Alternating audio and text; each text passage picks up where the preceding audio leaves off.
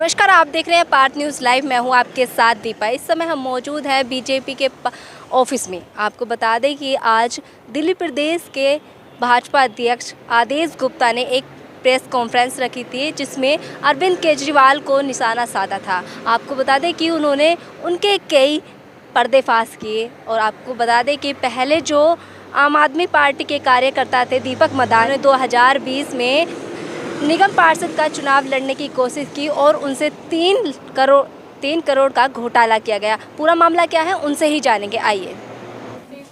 मैं आम आदमी पार्टी पर से 2020 में जुड़ा था। आप जुड़े थे तो आपसे भी पैसे लिए? नहीं, मेरे से उन्होंने बोला था फ्री टिकट मिलेंगे। तो क्यों? पैसे किस चीज़ के लिए? मैंने पीक में काम करता रहा पूरे 2 साल इनके साथ और मैंने इलेक्शन जिताया था। और मतलब जब मैं इनके साथ जुड़ा था तो मैंने एक नारा लगाया था, चलाई थी, देश मांगे नरेंद्र मोदी, दिल्ली मांगे केजरीवाल। एक नारा लगाया था कि देश में नरेंद्र मोदी, दिल्ली में केजरीवाल। तो उसमें केजरीवाल जी खुश होकर मेरे को उन्होंने अप्रिशिएट पैसे लेके आपसे पैसे लेके ये कहा कि पैसे दीजिए आपको टिकट देंगे? नहीं, मतलब 2 साल से तो वो बहुत अच्छे से तरीके से मेरे को यूज़ करते रहे, काम करते रहे और उन्होंने बोला टिकट हम आपको फ्री देंगे। मतलब कार्य सेवा कर रहे हैं तो आप समझ रहे हैं कि यूज़ कर रहे हैं आपको? हाँ, नहीं, मैंने उनका साथ सेवा करता रहा और जुड़ा रहा, मेरे को बहुत अच्छा सा लगता रहा। बाद में जब लास्ट मोमेंट पे आके, जब पीक पे आके मेरे को दुनिया में मैंने प्रचार कर दिया, अपने एरिया में, क्षेत्र में प्रचार कर दिया कि मैं इलेक्शन लड़ रहा हूँ और मेरी पूरी तैयारी होगी, उसके बावजूद ऐसे हुआ। ओके सर,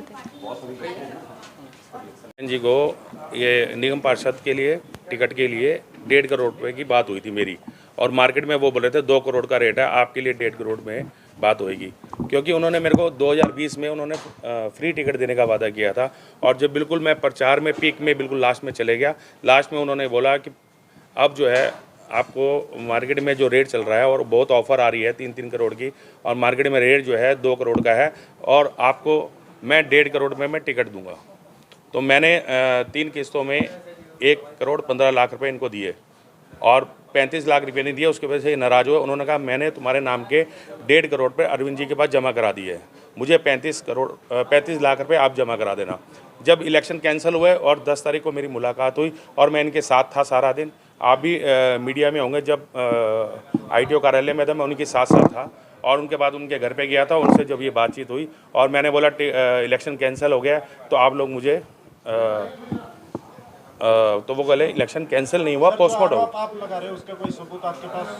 मेरे पास सारे चीज़ के सबूत हैं। मैं कोर्ट में भी, मतलब मेरे वकील ने सारा तैयार कर लिया है, जस्ट मेरा कोर्ट में डलने वाला है इसी चीज़ के बारे में। मैं सारे सबूतों के साथ, रिकॉर्डिंग वगैरह है आपके पास? रिकॉर्डिंग भी है मेरे पास मोबाइल में। हाँ जी। मैसेज देके क्या कहना चाहते हैं? मैं मीडिया को मैसेज देना चाहता हूँ कि जिस तरीके से मैंने करप्शन पार्टी मुक्त समझ के जो केजरीवाल की टीम में 2020 से जुड़ा था और वहाँ जाने के बाद लगा सबसे बड़ी करप्ट पार्टी है, जिस पैसे के लिए मैंने मतलब कुछ लोगों से उधार लिया और मेरी अपनी बेटी की शादी के लिए जो पैसे पड़े थे, और सत्येंद्र जैन की बेटी का रिश्ता और मेरी बेटी का रिश्ता सेम डेटों में हुआ था और उनकी बेटी की शादी नवंबर में हो गई और मेरी जो बेटी की शादी थी मैंने कहा इलेक्शन के बाद करूँगा। कौन सी सीट के लिए आपने चुनाव किया? मैंने मादीपुर विधानसभा के लिए वार्ड नंबर S01।